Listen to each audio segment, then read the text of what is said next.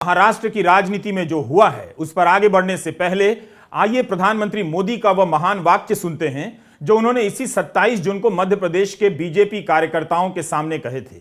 यह महान वाक्य राष्ट्रवादी कांग्रेस पार्टी के संबंध में है जो आज टूटकर महाराष्ट्र में बीजेपी की सरकार में शामिल हो गई। पहले आप इस बयान को सुनिए, फिर आगे बढ़ते हैं।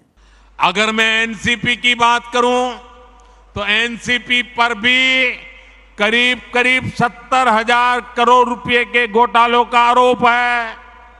महाराष्ट्र स्टेट कोऑपरेटिव बैंक घोटाला, महाराष्ट्र सिंचाई घोटाला, अवैध खनन घोटाला, इनकी लिस्ट भी बहुत लंबी है। इन पार्टियों के घोटालों का मीटर कभी डाउन ही नहीं होता। 27 जून को प्रधानमंत्री नरेंद्र मोदी एनसीपी को दर्जनों घोटालों से जोड़ते हैं और 2 जुलाई को एनसीपी से तमाम विधायक निकलकर उनकी पार्टी की सरकार का हिस्सा बन जाते हैं।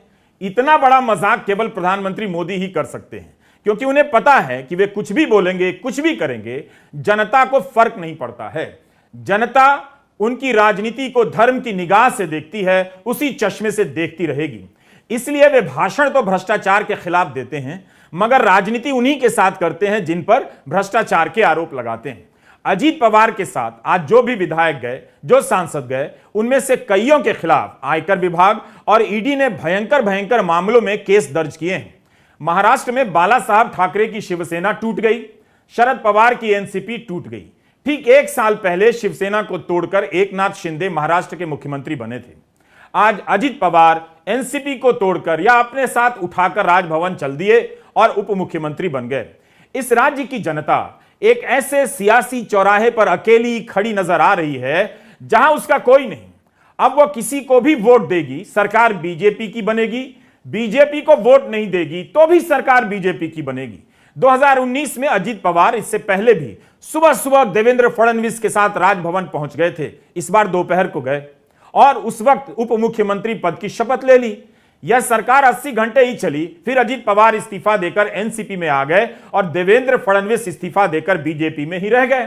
वे भारत की राजनीति में शायद पहले उप मुख्यमंत्री हैं जो 5 साल मुख्यमंत्री रहे हैं, फिर उसके बाद 80 घंटे के लिए मुख्यमंत्री बने हैं और पिछले 1 साल से उप मुख्यमंत्री के पद पर बने हुए हैं।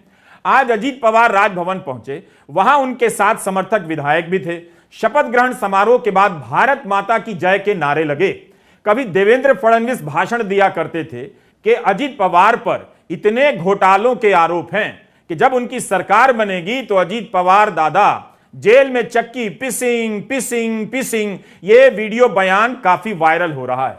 अब देवेंद्र फडणवीस और अजीत पवार शिंदे की सरकार में एक साथ उप मुख्यमंत्री बन गए हैं।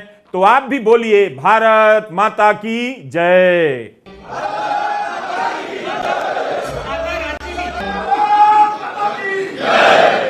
इस पूरे घटनाक्रम में आप ही बताइए कि भारत माता की जय किस तरह से हो गई। फिलहाल आप भी भारत माता की जय के नारे लगाते रहिए, या एक ऐसी टूट है जिसे देखकर कोई भी हैरान नहीं। सबको पता है और सब ये बात कहते भी हैं रूपक के अंदाज में कि ईडी के पास सबकी सीडी है। विपक्षी एकता को मोदी से अब नहीं लड़ना है, ईडी से लड़ना है। 2024 के नतीजों को ईडी के टेस्ट से गुजरना होगा।